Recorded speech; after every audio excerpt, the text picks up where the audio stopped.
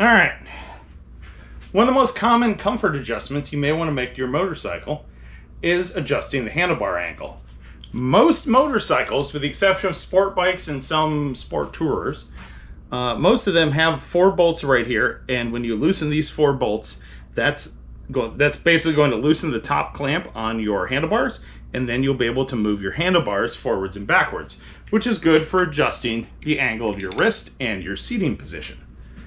To do this, on the Sportster, it's a 1/4 inch Allen wrench.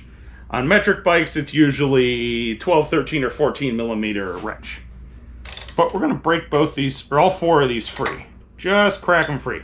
And I'm also holding the handlebars in place in my ribs. Because what happens is when they get loose, they're going to want to flop down and smack into your gas tank. So break them free just like that. From there, you can move your handlebars forward, you can move it backwards. You can move them wherever you want. You can even move them left to right if you want them off center, though I don't recommend doing that. But set them to wherever you want them. Sit on the bike, snug them up a little bit, feel it out. It's your bike, it should fit you. So set them to a nice, comfortable location. Then you can go back and snug them up. Now when you snug these up, you're going to want to tighten them down evenly. Go in a crisscross pattern.